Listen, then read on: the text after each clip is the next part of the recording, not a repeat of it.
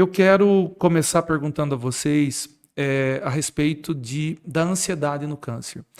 Como que vocês veem essa situação da ansiedade, a experiência de vocês com pessoas que já tiveram câncer e têm essa situação de estar muito ansioso?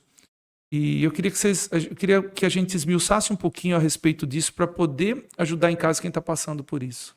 Legal.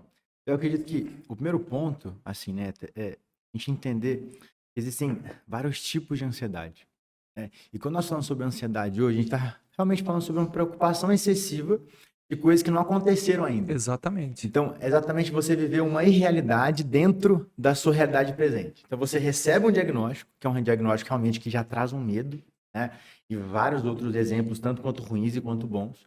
E você está diante, né, de uma realidade que você não sabe o que vai vir, né, lá na frente, né?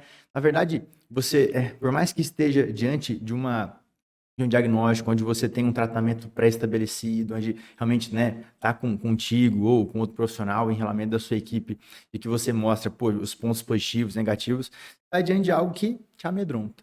Então, dentro de uma questão ansiosa, a gente tem que entender assim, esse estado ansioso realmente está atrapalhando minha vida de fato? Por quê? É a simples diferença de um sentimento de ansiedade e um transtorno ansioso. O transtorno ansioso são um conjunto de sintomas que é tanto quanto tensão muscular, uma fadiga, sabe, um cansaço, uma preocupação excessiva, crise de ansiedade, ataques de pânico, que vão atrapalhar a sua vida no geral. Então, quando nós temos esses sintomas que atrapalham a minha vida, atrapalham a minha visão do futuro, aí sim eu devo procurar ajuda o quanto antes, né? E é aquela questão. A gente acredita que existem 3 tipos de pressões. Uma pressão do passado, que te leva talvez a sintomas depressivos, uma pressão do futuro, que te leva a talvez um transtorno ansioso, e uma pressão do presente, que te leva ao estresse. E um excesso dessas 3 pressões, realmente isso estraga literalmente a sua qualidade de vida. Sim. Por isso que é importante. Só pegando um gancho, você vê como é bem isso mesmo.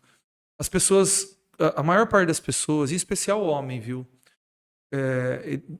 O que eu acho que gera muita ansiedade, além do prognóstico e saber se ele vai ficar curado, é uma outra coisa, é a questão de futuro, se ele vai ainda poder prover o lar dele, em especial se são pessoas são mais jovens. Então, às vezes são pessoas que têm filho.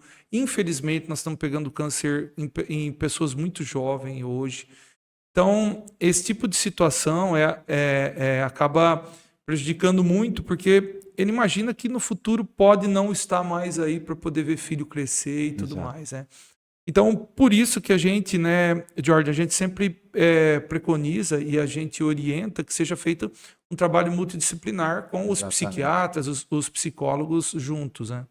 Mas olha que interessante. Quando nós falamos da ansiedade, a gente tem que entender que é uma reação natural adaptativa de todo ser humano. Então, a gente precisa delas para sobreviver. Mas quando ela começa a alterar e limitar a sua vida, ela está configurando já um transtorno de ansiedade. Ou seja, ela tem que ser tratada. E dentro dos transtornos de ansiedade, existe um fenômeno que é muito comum, que é o fenômeno de catastrofização. Agora imagine aquele seguinte cenário. Você foi diagnosticado com algum tipo de câncer. Tá com medo do seu futuro, às vezes a gente está falando de um paciente um pouco mais novo que ainda não está totalmente estabelecido Sim. financeiramente. E somado a isso, ele tem esse fenômeno que ele pensa a pior possibilidade possível. Sempre a mente dele traz pensamentos automáticos que ele não controla, apenas aparecem e faz com que ele fique naquele ciclo de pensamentos das piores possibilidades, que nem irão acontecer. Ou seja, essa ansiedade exagerada faz com que um problema que não é real se materialize e ele viva aquela dor. Por isso que é uma vida limitada.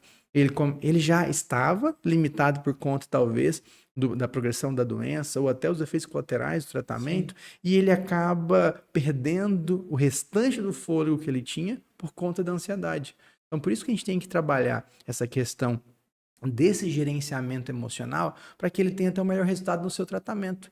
Porque nós sabemos que as nossas crenças, elas podem sim determinar as nossas ações.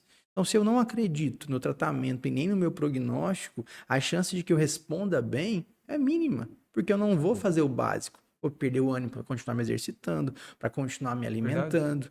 Isso vai prejudicar o meu sono, o meu relacionamento interpessoal com os demais, e o prejuízo é dele. Por isso que é necessário esse acompanhamento multidisciplinar, tanto com a equipe que vai estar gerenciando a questão do tratamento oncológico, quanto a equipe que vai gerenciar a saúde mental daquele paciente, sejam com médicos que atuam na área da psiquiatria, psicólogos, mas ele precisa deste componente.